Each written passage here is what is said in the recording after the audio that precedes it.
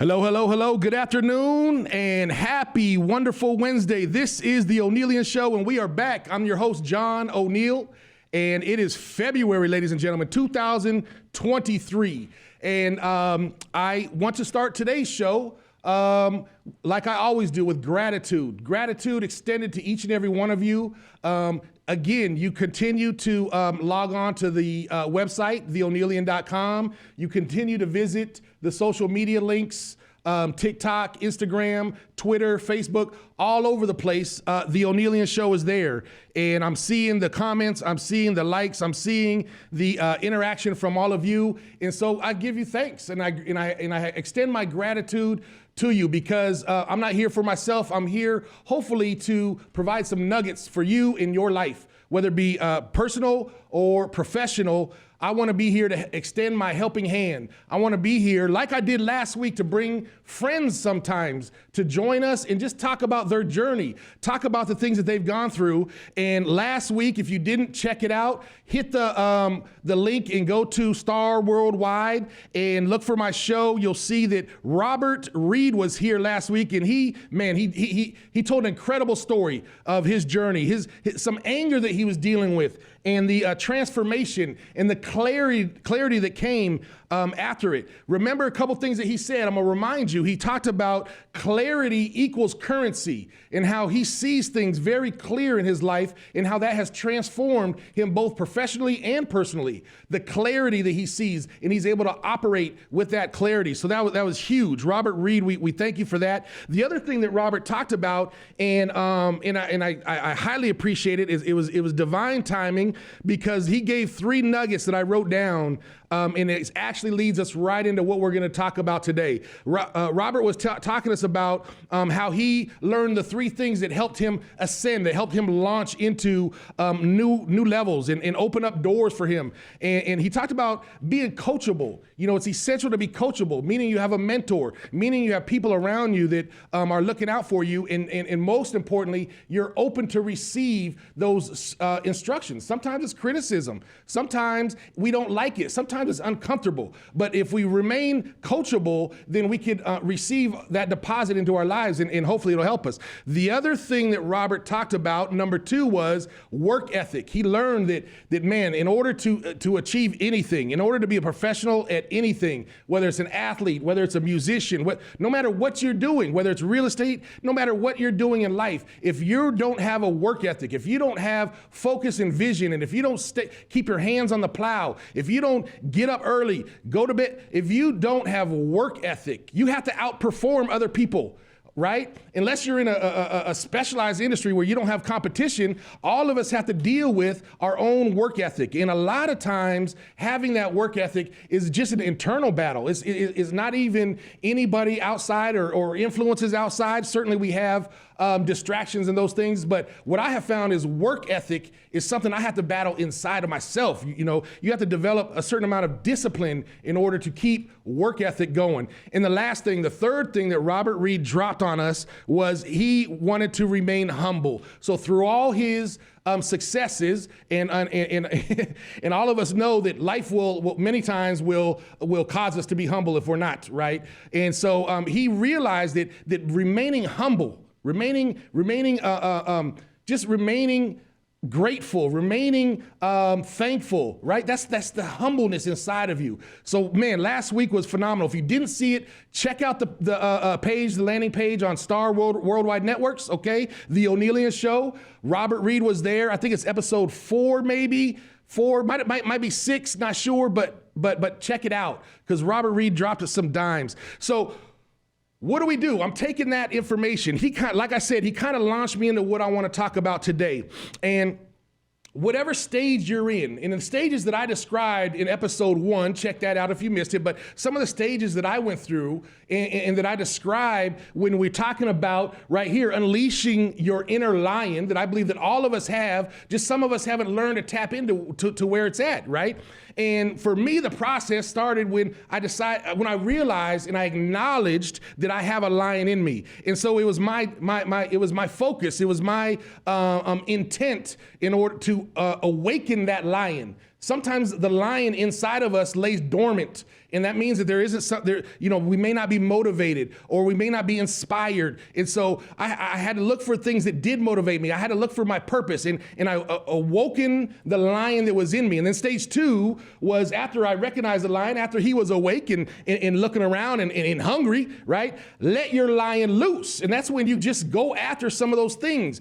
A lot of us have lists, or a lot of us have projects on the shelf. A lot of us have things that we want to get to, right? Let your lion loose.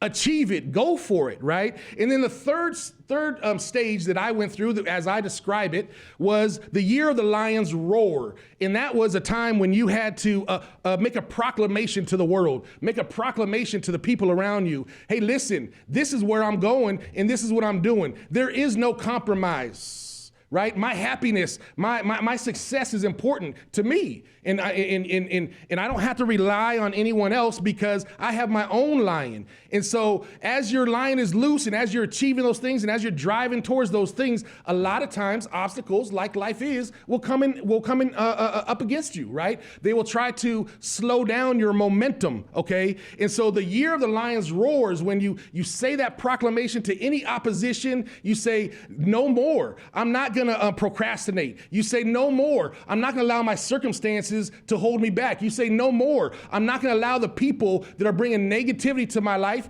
that the lion's going to roar at all of them, right? And we all know when a lion roars in any jungle, all living things listen, right? So, and then finally, oh my goodness, finally for me was through all those things, I was able to reach a place in my life right now that I'm enjoying so much. And that's the year of the lion's love, right? That's when I'm bringing friends on. That's when I'm giving myself to you. That's when I'm opening up and sharing some of my journey and some of the things that have helped me to become successful and get to the stage in life that I'm at right now. So awaken your lion, let that lion loose, roar at your opposition, and get to a place where you could just love. There's things that I don't worry about that I used to worry about. There's things that bothered me in previous times, in previous seasons, that don't bother me anymore. Let it roll off, let it roll by. If it doesn't apply, let it fly. All those things, right? As you are reaching the point to where you could turn around and just love on everybody. Love on everybody, stress-free, worry-free, don't worry, whatever, right? Free thinking. So that's the opening of the Onealien Show. Thank you again for coming by and taking a listen. Today, I want to focus in, I want to zero in on a key component that I grew into, and a key component that has helped me to become the person that I am today. And that word is, drum roll please, that word is leadership. Leadership. What does leadership mean to you? What things in your life are you the leader over, okay? And then what kind of leader are you, okay? What leaders do you have in your life that deposit things into your life, that mentors in your life, right?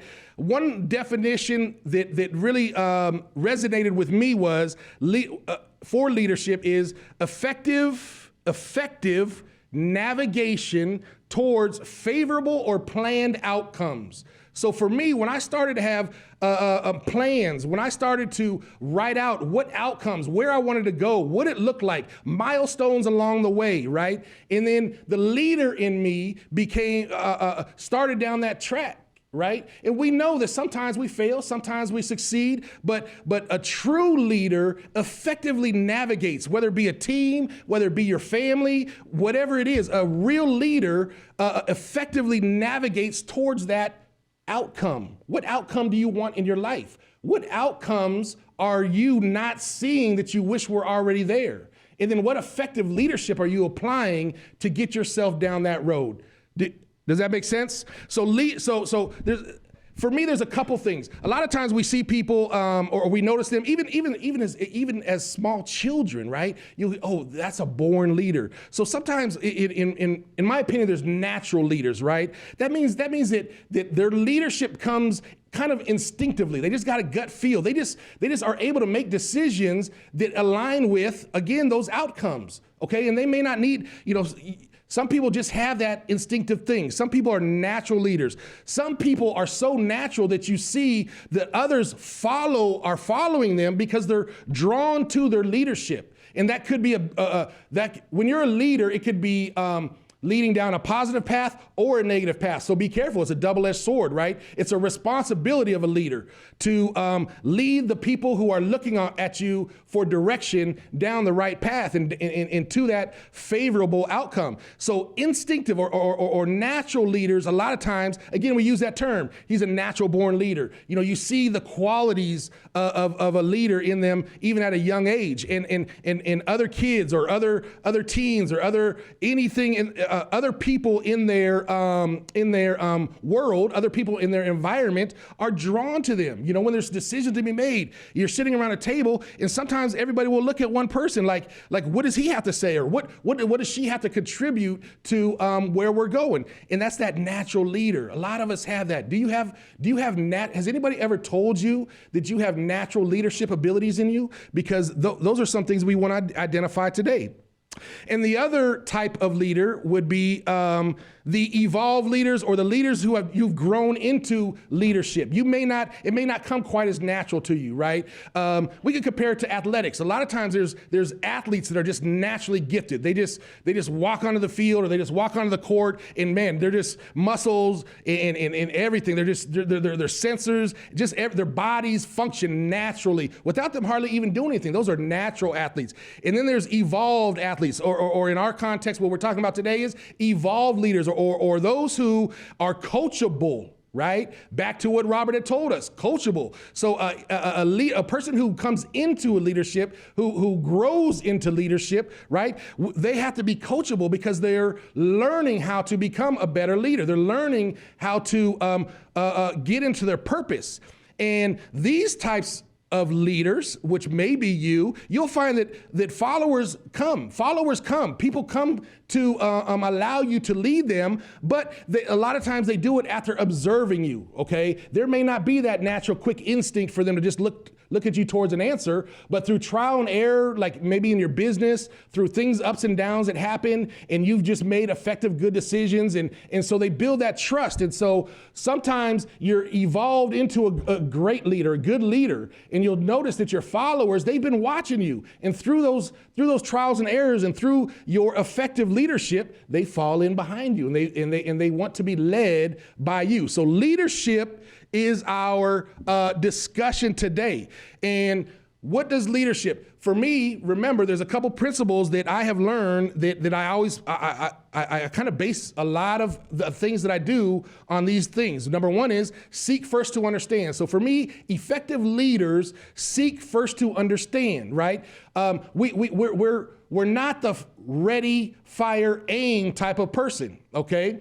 And some of us have to recognize that and force ourselves not to be, right? But leaders, certainly there's urgent and important decisions that have to be made on the fly, absolutely. But most of the time, leaders will look for opportunities to seek first to understand. They want to make an educated decision. They want to make the best type of navigation towards the planned outcome, the favorable outcome that they can. And they realize that seeking first to understand, knowing all the components, knowing all the people, knowing what's going on, knowing the circumstances, looking ahead and seeing what type of things may come up against you after you make your decision, right? So leaders, for me, what I have found is my leadership, one of the components of being an effective leader is seeking first to understand. Does that make sense? And then the other thing is assuming the best. You know, this is something hard that a lot of people struggle with, especially when you may have been burnt by this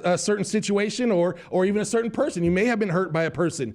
And the only thing that I could tell you that I have learned personally in my life, and that is majority of the time, because when we assume something, we're putting it through the filter of our own lives. We're putting it through our own perspective. We're putting it through the journey that we have gone through. So that is a lot of times where our assumptions come from. And for me, man, I've just learned that a lot of times I'm wrong. That's really the bottom line. A lot of times I was wrong. I would assume something, and I don't know if you're like me, but for me, when I know I'm gonna have a conversation, or I know that I have something coming up, a big meeting coming up in a couple of days, or all those things, I tend to play the conversations over and over in my mind, and a lot of times we're assuming what that person's gonna say, or we're assuming what their reaction is gonna be, or we're assuming the outcome of our decision. Okay, and again, all that I could recommend, all that I could challenge you to do is to put the brakes on. Assume the best. Assume the best. I try to go into every situation, every day, quite frankly, every day, assuming the best. I assume the best of the people. If there's something wrong within my staff, for example, I'm gonna assume the best. I'm not gonna start the conversation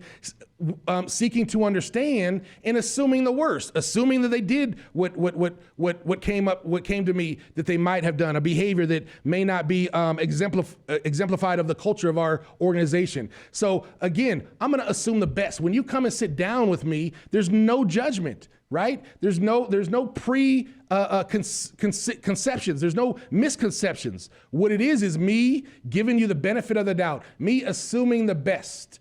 And I have personally found that when I do that, then the outcomes of the conversation, not only 9 out of 10 times, like I said, what I was assuming and how I played it out in my head, it didn't even happen like that. Like I was losing sleep, or I was talking to 8 people. I was doing all this processing through my head, when if I would have just assumed the best, and I could have rested while I assumed the best and approached it in that type of mindset. Does that make sense? So seek first to understand and assume the best are two things of a leader that for me has become essential. It's paramount that I approach all things like that. And so so I have 4 things for us to talk about today, and I want you to think about these 4 things and think about how they apply to you specifically, whether it be personally. Again, some of us are leaders in our home. Some of us are leaders in our religious experiences. Some of us are leaders at work. And so there's 4 things that when I do my leadership training that I help teams to realize and understand. Okay, and here we go. Are you ready? Good, because I'm ready. The first thing that I try to clarify with, and that is what leadership is. And leadership for me is servanthood. Servanthood. So leaders, effective leaders, serve their followers. The question I have for you is, if you are a so-called leader, who do you serve? Answer that question. Who do you serve? Do you serve yourself? Do you serve your own vision? Who do you serve? Because what I have found is my most effective leadership has been when I served the people who were following. I turn around. Servanthood. Serve them. How do we serve them? There's a couple things from a leadership standpoint. A couple things, a couple ways that you can serve everybody around you as a leader. Again, personally in your house, professionally at your job, wherever you're at, if you are a leader, if there are people looking for direction and decisions from you, then there's a couple things that you can do. Number one is in servanthood, you're going to serve them well by setting proper expectations, clear and proper expectations. Many times when you have an outcome that is just not transpiring the way that you planned it or the way that you envisioned it, the way that you saw it, proper expectations weren't set, right? We weren't clear with where we wanted to go. We weren't clear with the initial plan on how to get there, right? And so, many people, unless they have malicious intent, or unless they're just bringing negative energy, most people, hopefully, who are following you are doing it with a clear heart and mind and really want to achieve the goals that you guys have set out. So if they're missing the mark, my first thought is, did I set clear expectations of what the mark was? Does that make sense? Clear expectations have you set with any team that you're leading, any people that you're leading, your family household? Again, I'm using it. Every principle that I ever talk about here on the Onealien Show is things that I use personally and professionally every day, all the time, right? And so have I set clear expectations? Guess what? Have I set clear expectations for myself? Have I set clear expectations for myself? Do I have realistic expectations for myself? Because if I'm not being real with myself, if I'm not if I don't start with myself, period, then how in the world can I effectively lead my team? Does that make sense? And so what have you set clear expectations is one point under servanthood, serving the people that you lead. Another one that I would say is, what tools have you given them for success? What tools, because remember, you serve the people. You serve your family. You serve your children. You serve your spouse. You serve your team. You serve them. And so if there is any outcome, if there is any slowdown in progress, if there's any roadblocks, if the momentum seems to be slowing, okay, then ask yourself, not what's wrong with them, not why aren't they, no. As a leader, you go inside and you ask yourself, have I given them all the tools that they need to be successful? Are they missing some material things? Are they missing some programming things? What are they missing? What could they be missing, right? Because I want them to be successful because their success is a reflection on my leadership. Feel me? So what tools have you given them to be successful? Me and my team, my leadership team, we talk about that all the time, okay? When we go through what's called, and we'll talk about it later, but we go through the top third, middle third, bottom third. When we evaluate our teams, when we evaluate our people, then that's one of the questions. If there's someone who is underperforming, okay, and I ask, are they the right person in the right role? Okay, that means, do they have the skills and abilities? Have we properly assessed them and put them in the right position within the organization? Okay, and if we say yes, then we're gonna talk about the tools. If we say no, then it's a term that I use. They're the right person in the wrong role. And us as leaders need to know their skills and abilities, need to know what motivates them, need to know what inspires everybody on our team, need to know how they communicate, need to know what their term that some of you know, their love language is, need to know how they operate, what makes them tick. And if they're in a position where they're struggling with, have we set the right expectations? Yes, we have. They're not maybe they're the right person in the wrong role. Do you understand how I use those terms right there? Do you understand how I still edify that person? Because I'm not talking about the person's skills. I'm not talking about the person personally at all. What I'm talking about is the organization and me as a leader identifying them and making sure that the right people are in the right roles, okay? And then, like I was just explaining, and that is that my question to myself is, my question to my leadership team is, as we're evaluating performances, as we're evaluating the overall performance, and as we're drilling down and talking about individuals' performance, the task, and the way they manage time and the way they get things done, have you given them everything to be successful? Because we serve them, and their performance, the performance of the people that you are leading is a reflection of you. So ask yourself, currently right now, anyone who may be underperforming and they're the right person in the right role, they've been set the proper have you given them all the tools that they need to be successful, okay?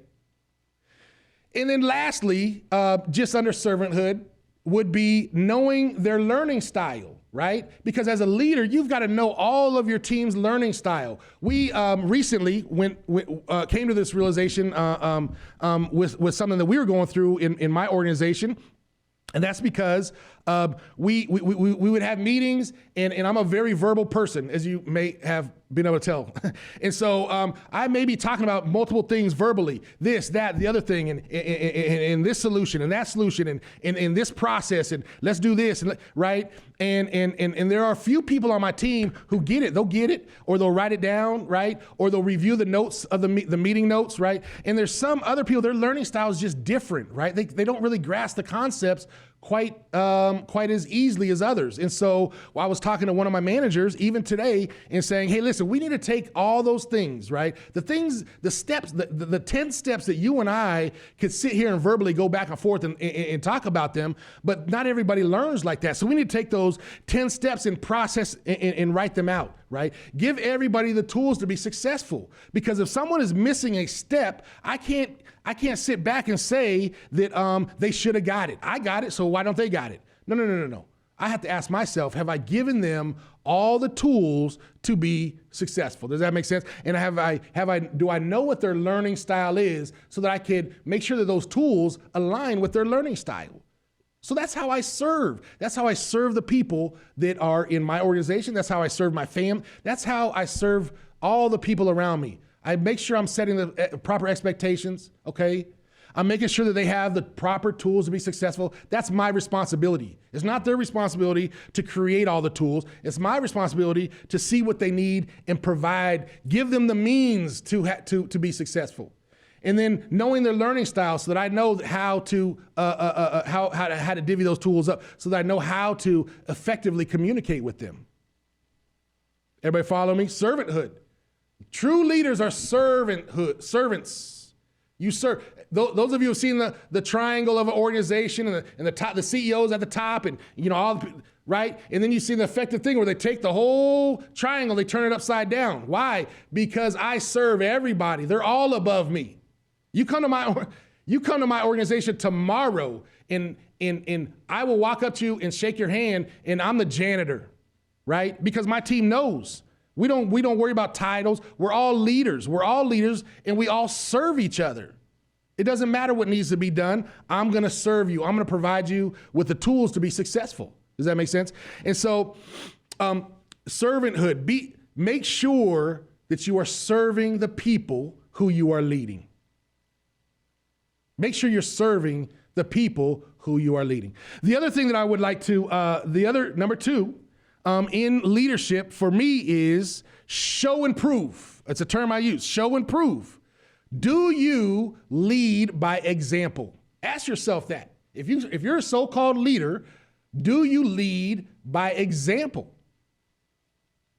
So many times I'll tell stories in my organization about when I did it all by myself. When I first started out, it was just me. One other person was helping me.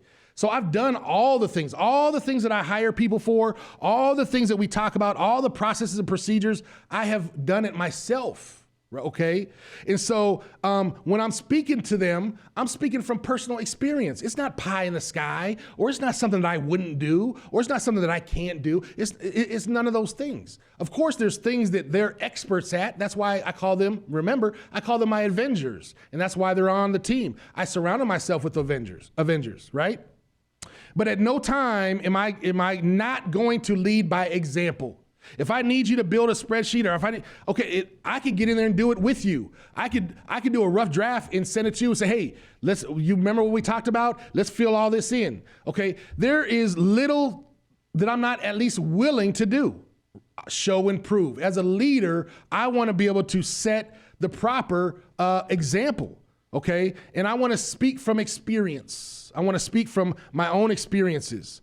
Have you felt the pain? As a leader, when you're showing and prove, you're in order for you to be empathetic with the person, with the long hours that they work, or with the phone calls that they're trying to get through, and the messages and the emails that aren't being responded to, and in our daily work life, in our daily personal life, in our daily lives, I say, have you felt the pain? Obviously, not physical pain, not blood pain, right? But there's pain that comes with being successful.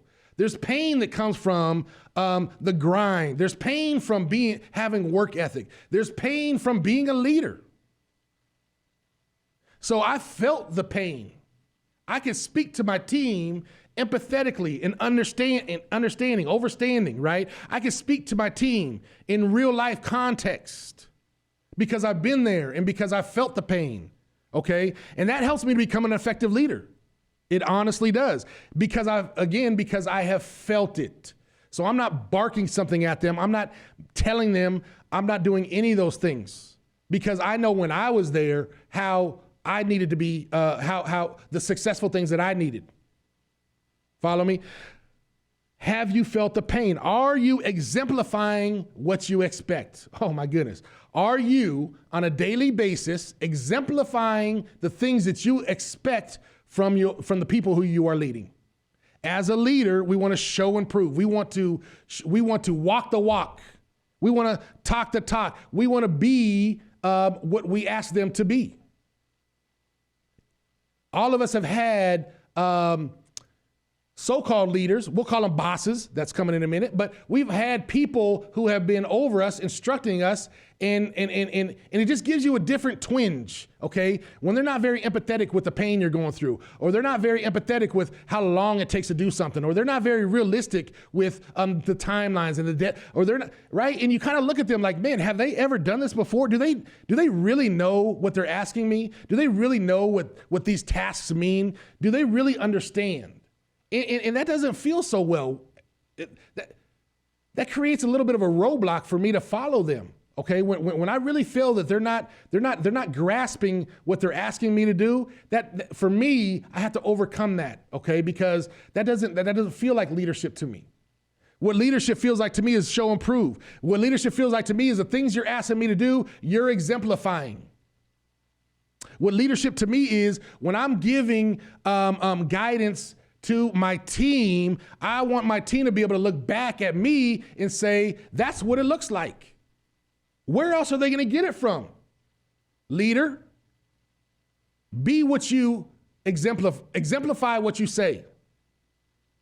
Does that make sense? So servanthood, serving the people that are on your team is important. You are a servant if you are a leader. Show and prove, leading by example, not by bossiness, right? Leading by example.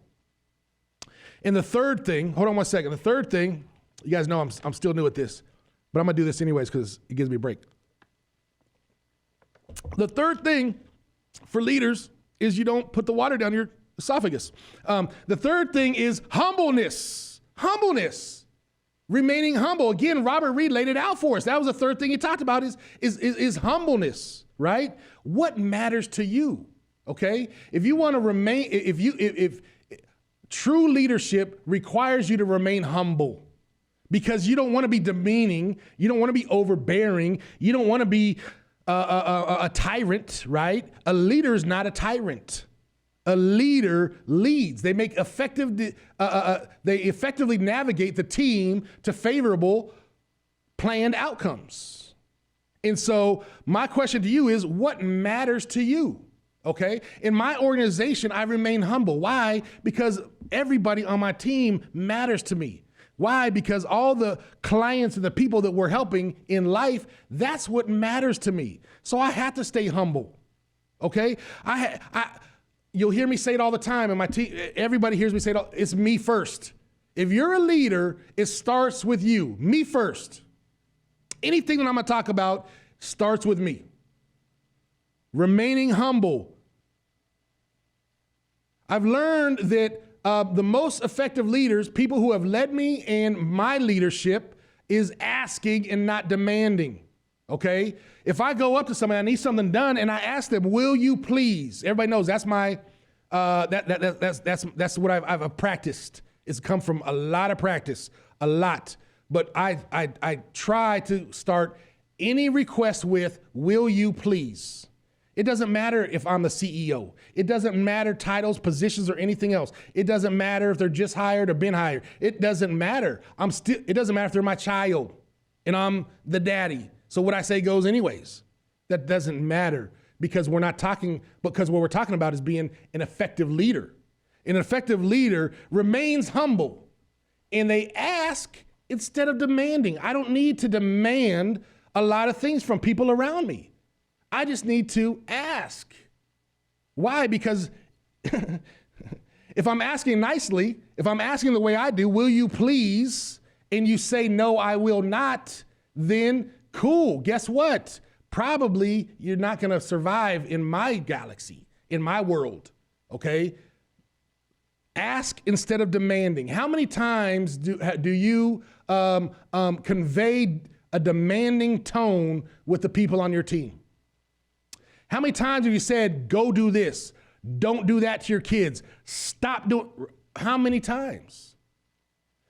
Try a couple times going up and showing some empathy, showing some heart, showing your humbleness, and just saying, will you please X, Y, Z? Guess what? For me, it works so much better. So much better. I'm speaking from experience. Man, if you knew me in my 20s, I didn't have nearly as much countenance, nearly as much discipline, nearly as much control, right? Over myself. I'm not talking about environment or other people, over myself as I do today, because I've had to grow into it, right? And so I've learned that the outcomes, I've learned that the responses, I've learned that the buy-in, I've learned that those who follow do it much more with an open heart and an open mind when I just simply ask them, will you please? So again, evaluate yourself. How do you divvy out instructions? How do you motivate the people around you? How do you get things done? As a leader, how do you get things done? Do you tell everybody what they need to do? Or do you ask them what they can do? Another thing in leadership for me that helps me to remain humble, and that is I never forget that it's a privilege and an honor to be in a position of leadership. I never forget that. It just never leaves my consciousness. It never leaves my mind, right? People within my organization, people within my personal family, absolutely.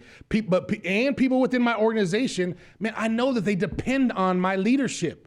Not just because to get a paycheck, but I know their personal lives. They've got kids that depend on my decisions so that they could keep stability, so that they could take care of their family.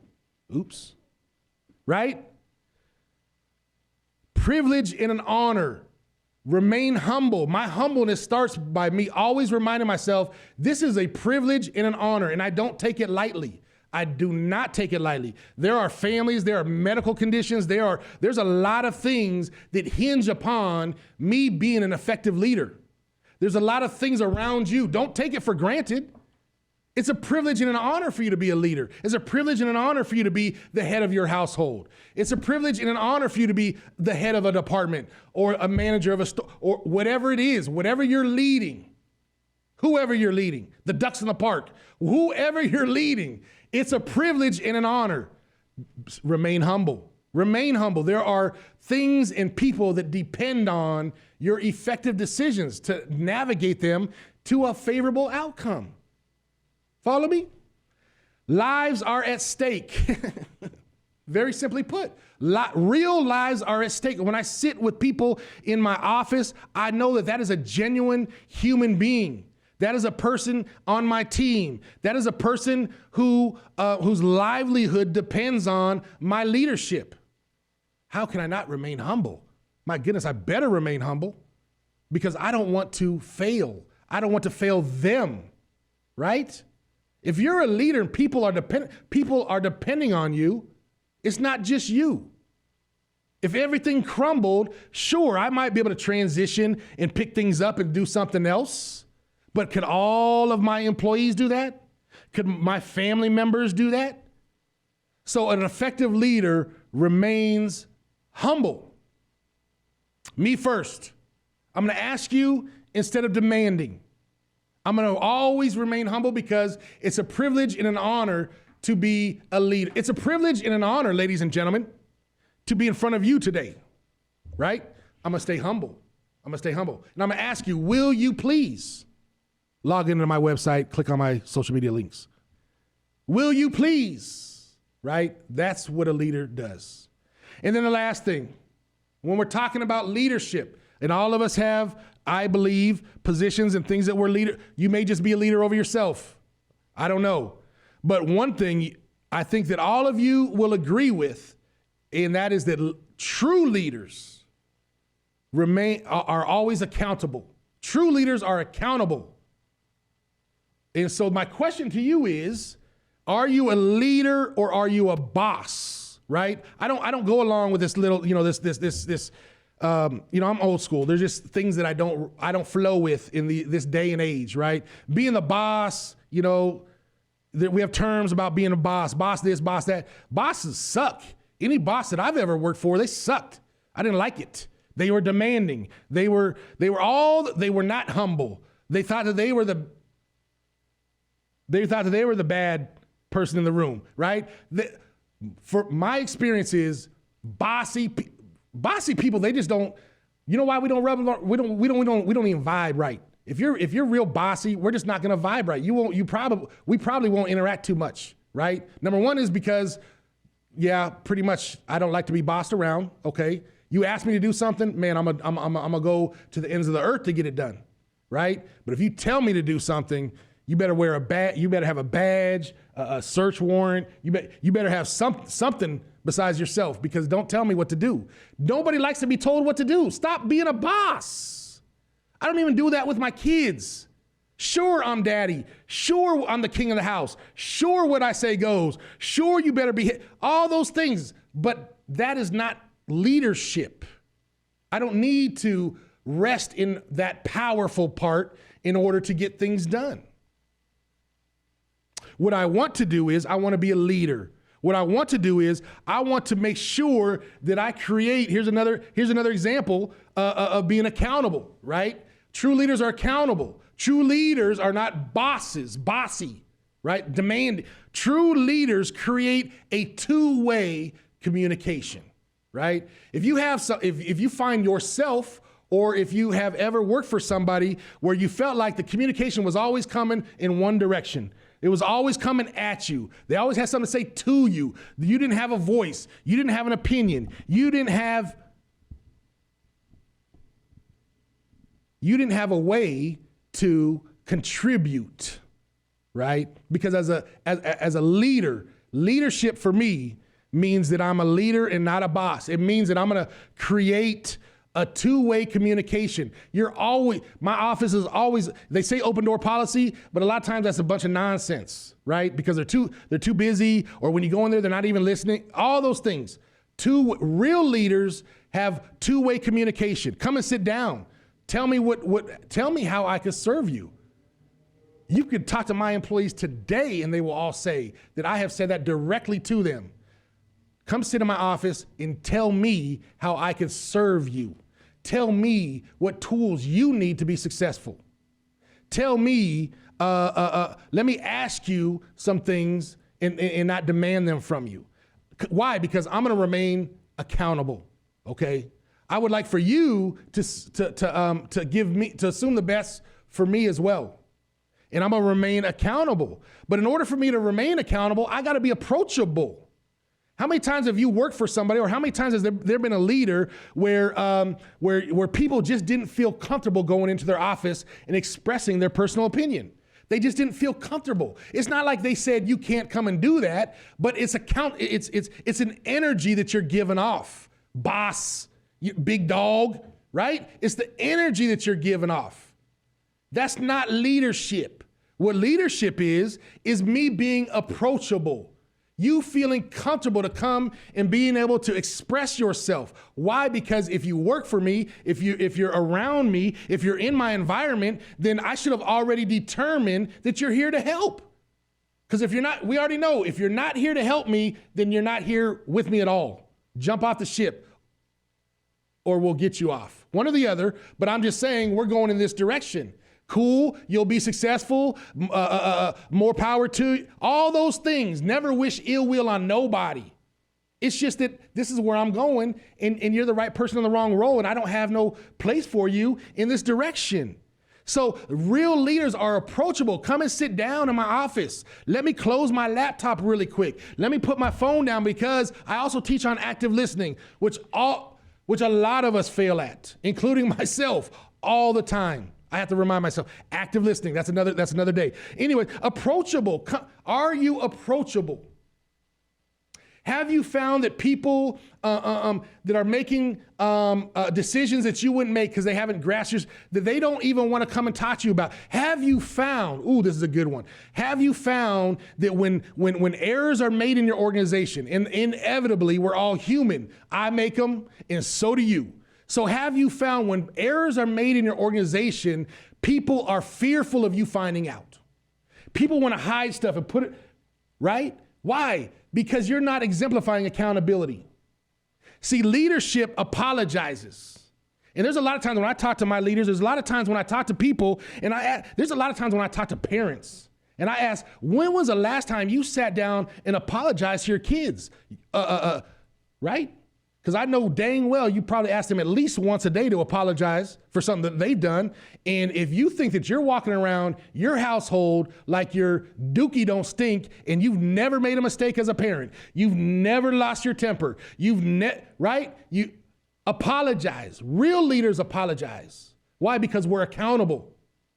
I've sat in front of my team and when I made an unfavorable decision, I've sat in front of my entire team and I need to apologize. There's one time when a meeting was ending with someone, and as they were walking out, I crack jokes every once in a while, and I cracked a joke as they were leaving that didn't sit well. It was bad timing, okay? Comic fail, right?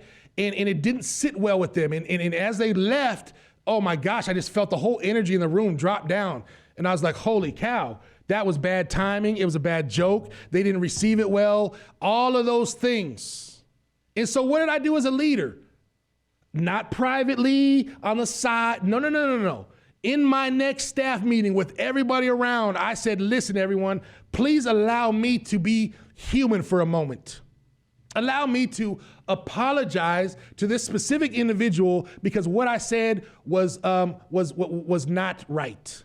It wasn't me trying to make excuses and say, well, they were just in the wrong mood. Well, they just, they should have took it wrong. Well, they just misinterpreted me. That's not a freaking leader, man. Leaders don't sit around and make excuses. Leaders accept, they're accountable. They accept that everything, no excuses, everything starts with you. That's what I got written down. No excuses, leader. Everything starts with you. Everything starts with me. And so I had to sit everybody down and say, look it, man, I apologize. And I asked them to do the same thing, right? But I'm the example. I'm the first person who's accountable. What I said was wrong. I apologize to you. And guess what? Guess what else a leader does? A leader doesn't repeat that crap over and over again, right? Because that means you're not coachable. That means you're not teachable. That means you're not humble. That means you're not show improving. That means you're not exemplifying what you're saying, right? It'll be a cold day in a hot place before I ever say something to that person off in bad timing, period, right? I'm not doing it. It won't happen again. Why? Because I'm accountable. And if I'm accountable, I'm not using excuses. If I'm accountable, I know that it starts and stops with me. So what things in your life are you a leader over? What things in your life, again, in your personal life, in your professional life, at work, how many of you are in leadership roles? How many of you struggle with leadership? How many of you have things that are popping up and it seems like you're running around putting out fires? How many of you need how many of you need to evolve into a better leader, right? How many of us, including myself, how many of us need to remind ourselves that to be an effective leader, we serve the people around us, okay? How many need to remind ourselves we're not demanding, we're not barking, we're not screaming orders. We're not bossing people around. We're asking them to please help us with whatever it is we need done. How many of us as leaders forget to remain humble At some point, oh my goodness, I've had several businesses fail because at one point I lost my humility, I lost my humbleness, and at some point I got into what some of us do. You're more perfect than I am, maybe, but some point we think that we were the ones that did this. This wouldn't exist if it wasn't for me. Well, guess what? The universe everything is going to exist regardless of you. Now, if you fall into your divine purpose in leadership, right? Evolve or natural, okay? Then, and remain humble in it, then you'll have better outcomes. How many of you struggle with accountability? With your children, with your spouse, in your workforce, at your religious institution, spiritual, whatever it is that you do, anywhere that you go, I try to remember. Leadership for me is not a badge that I could take on and take off. Leadership for me defines the lion that's inside of me. Okay? And so I'm a leader in the store. If something's popping off that isn't right, I'm not talking about it, I'm not talking about something that is in my business, but I'm talking about if there's something going on. If there is ever something going on, I've been a leader since I was a kid. I got friends, maybe they'll come. I got friends in high school, quick story, because I grew up here in South Scottsdale.